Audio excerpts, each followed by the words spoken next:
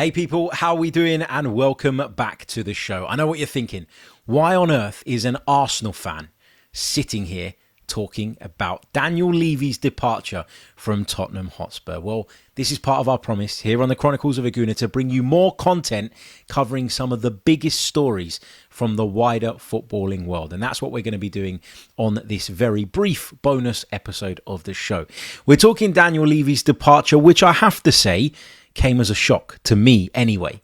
I've always felt like Daniel Levy was just going to be at Tottenham forever. And I know that there's a lot of Tottenham fans out there that believe the reason they've been nearly men in a club that have very rarely got over the line over the years is largely down to Daniel Levy. And I know that he was a very, very unpopular figure by the time he's obviously departed the football club. But I have to say, this has come as a shock. This has come as a surprise. And I guess I come to you with a bit of a warning for Tottenham Hotspur fans. Daniel Levy did an incredible job in terms of commercializing Tottenham Hotspur Football Club, okay? He took them from a point where they were turning over one amount of money to a point where they're turning over incredible amounts of money in comparison. And I guess you could argue that that coincides with the growth of the Premier League, the growth of English football, Tottenham Hotspur's establishing themselves as one of the big six, etc., etc.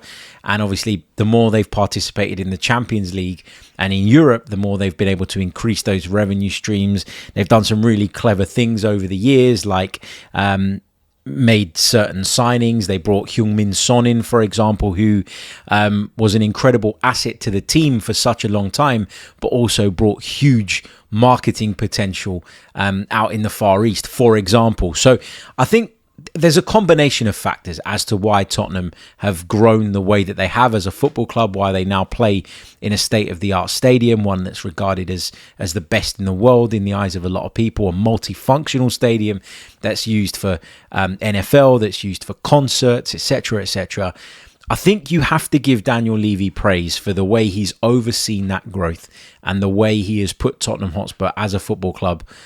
I don't want to say on a greater footing, because they are a club that do have a decent history, and they are a club who you would argue were more successful actually pre-Daniel Levy. But he's put them on a more kind of global footing, I think, in the modern era. And actually, when you think about what their global standing is and where they are today, given that they haven't actually won that many trophies, you have to give some credit to Daniel Levy and his team in the way that they've operated from a marketing and commercial perspective to get the football club to where it is. Now, Tottenham fans that I know, and I know a lot because I've been brought up and grown up in North London, for a long time now, they felt that Daniel Levy was holding their club back. And I think the way they've looked at it at times has been a little bit narrow-minded, but it's the way I'd expect fans to look at it. Fans should look at what happens on the pitch.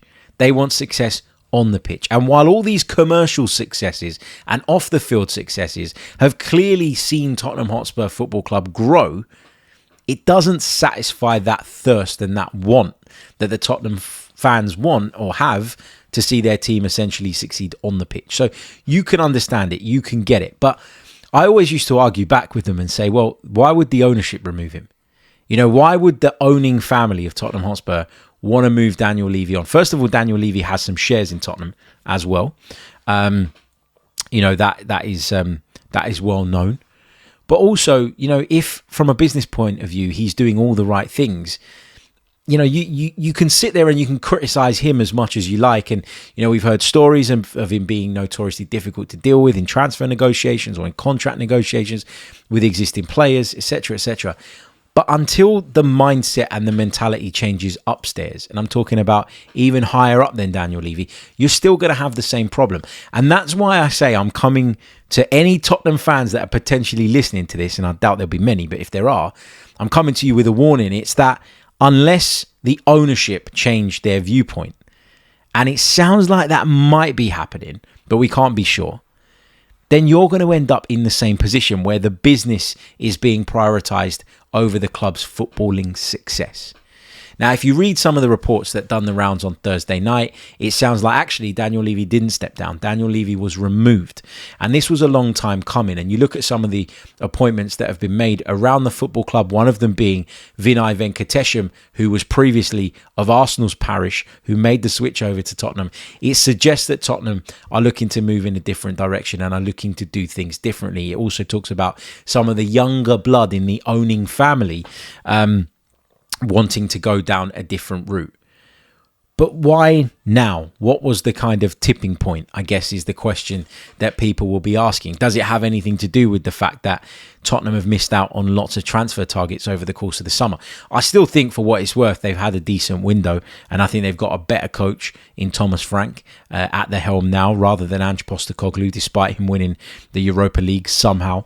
But is it because those people calling the shots, with the owning control and stake at the top of Tottenham Hotspur, have looked at what happened over the summer, whereby they missed out on multiple targets, where they were unable to get certain deals over the line, where they were hijacked for key primary transfer targets, like the way we went in and took Eberechi Eze from underneath their noses? Has that led them to a point and to a position where they now feel that actually Daniel Levy is holding them back in some way, shape or form?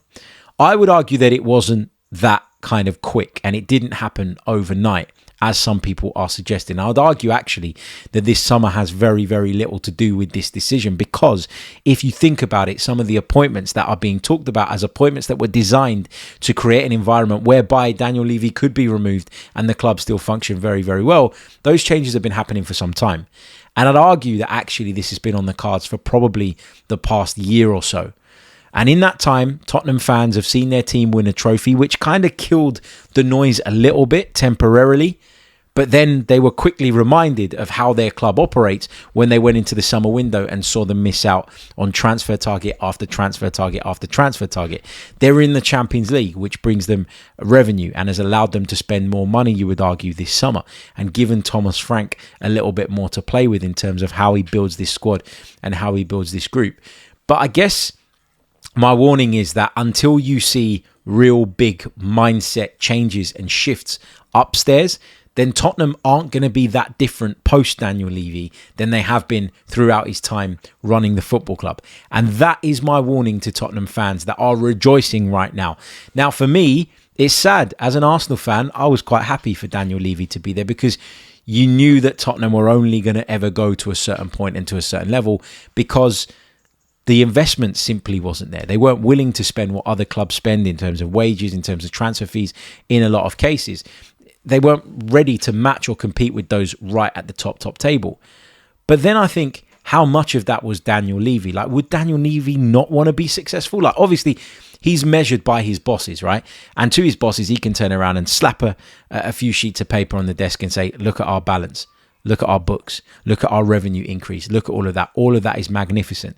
But as someone who's supported the football club all his life, like Daniel Levy has, do you not think that he would have wanted to go down as the chairman that actually brought success to Tottenham Hotspur Football Club, rather than just bringing success to the owners from a financial standpoint?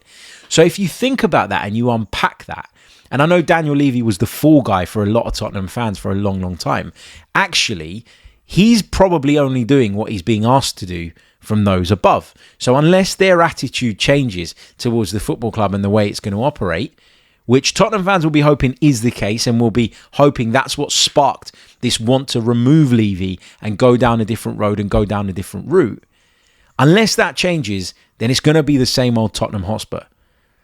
And it's a bit like when the Man United Glazers and Ineos situation kind of started to develop. And I remember being on multiple shows with Man United fans at the time who were like, oh my God, this is it. You know, Ineos have come in, and I know they've only got a minority stake, but guess what? They are going to take over the footballing operations, and we're going to be in a much better space. And very quickly into that, you realise that actually it wasn't all that different. Why? Because the Glazers were still the majority shareholders. And until that changes, the minority owners, regardless of whether they have control of how the football club is run specifically and on a day-to-day basis, will always have their hands tied behind their back, because ultimately they're still not in charge and still not in control. So you can rejoice Tottenham fans at the fact that Daniel Levy's gone. A lot of you believed that he was holding the club back for a long, long time. And while I don't necessarily disagree with that, because I don't know the ins and outs in the way that you guys would, there's a part of me that thinks that hold your horses in terms of the celebrations. Because if nothing changes further up the food chain in terms of the ambition, if they don't allow new investment to come in, and it was said in that statement that Tottenham put out, I mean, I know they said that Daniel Levy had stepped down rather than being ousted. It was then reported that he'd been ousted by multiple outlets.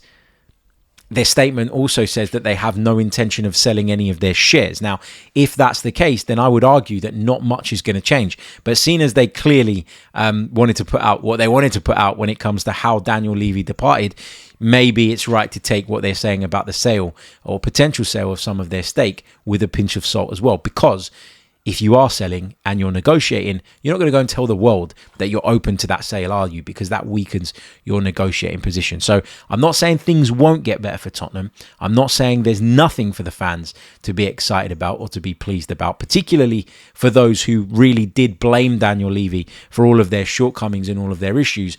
But I would hold your horses when it comes to celebrating. I mean, I've got friends that are Tottenham fans that have been posting stuff on social media, on Instagram. This is the best day of my life, etc., etc. Calm down and let's see what happens. But the news came as a big shock to me, as a big surprise to me. There's no question whatsoever that he's turned the club into a giant in terms of its marketability, in terms of its revenues, and in terms of, you know, how it is viewed as a business. But on the pitch, they've been the Neely men for a long, long time. And on the pitch, they've still got a long way to go. And I think the fans are hoping that with this change, they can get there. But just hold fire on the excitement, because you don't know what's coming next. And that will always worry me, I think. You know, I was worried when Arsene Wenger left Arsenal, you know, what was coming next. And we ended up with Unai Emery that didn't work out.